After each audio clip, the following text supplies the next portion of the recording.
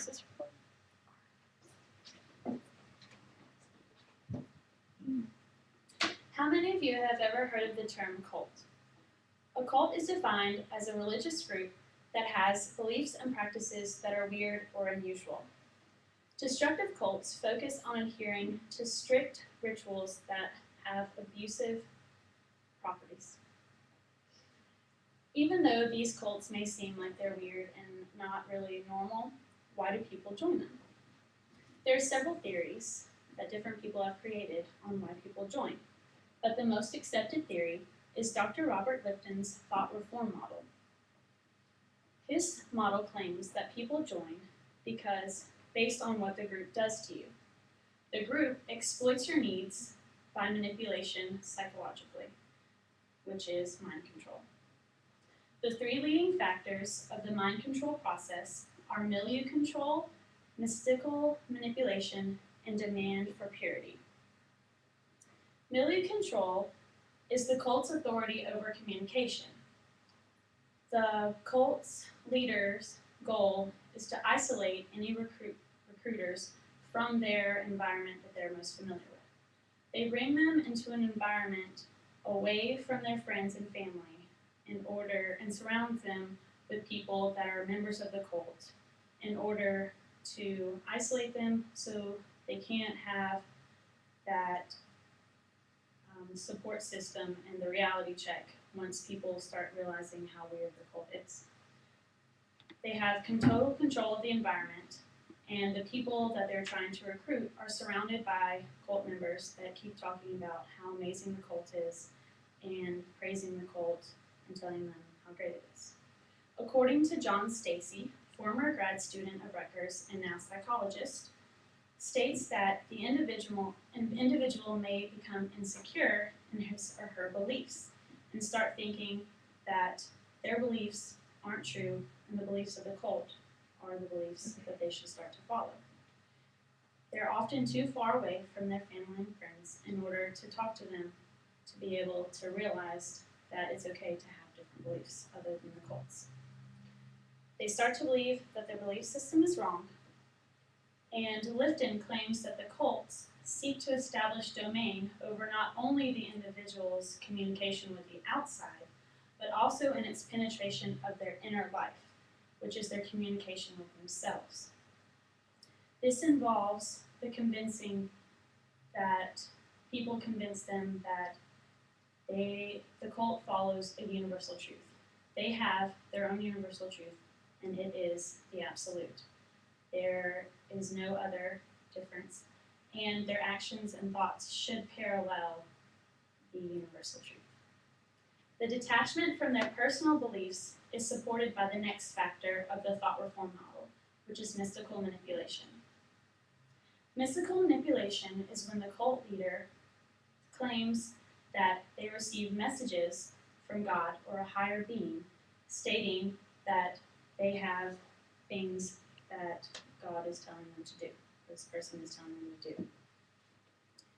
These messages can be prophecies, which enforce the cult's perceived purpose. Things, they say that this is a prophecy, and then they magically come true, and then they say that this is what is the will of God. And they can be directions for a task, where the leader claims that God has told him that they must do this task in order to be praised, to have that universal truth and be one with this being. And also, they can claim that by divine right, people are brought into the cult for a purpose. People that they're trying to recruit, they say, God brought you here, and this is why you should be in this cult.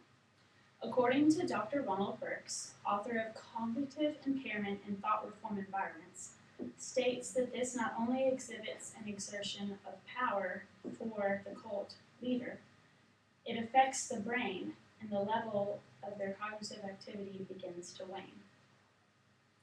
Their mind is slowly being reprogrammed to accept that they have to do the will of God by any means necessary.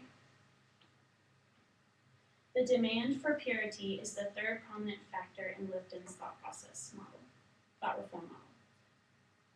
Cult Cult leaders tell the members that there are two types of people, pure and impure.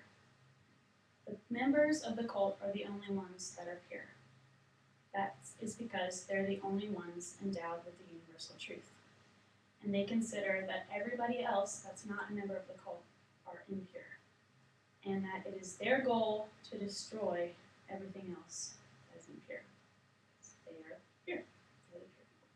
So, in order to achieve this purity, they have restriction of feelings and emotions and thoughts of intimacy towards members of people of the cult, and people that they have been previously involved with before they entered the cult.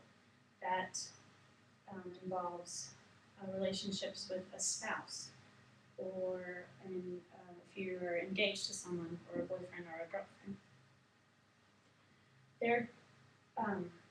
This stems from the belief that any other outside factor, people, any other emotions or feelings for anything other than the cult and the cult leader distracts from their role to be a functioning member of the cult. In order to ensure that the cult members stay pure, Dr. Michael Langone, founder of International Cult Studies Association, states that members are subjected to shaming reprimands and guilt trips, causing them to uncritically accept pivotal presuppositions. This is a power play by the leader, that what they do is that the leader will say, hey, in order for me to help you get over these impure thoughts that you have, why don't you have an intimate relationship with me to help you cure you of your impurity? According to Dr. Rachel Schwartz, psychotherapist at the Bowlby Center in London, this manipulated act of kindness begins to appear to members as a safety net. They believe that this leader is helping them overcome their impurity, and that they will, by doing these acts with the leader, that they will stay pure, and the universal truth will always be on their side. In conclusion, cults are groups of people with bizarre beliefs and rituals. They join theoretically based on Lifton's thought reform model. Milieu control, mystical manipulation, and the demand for purity are the three most important factors in people engaging in cult activity. In the realm of cults, a mind is not its own.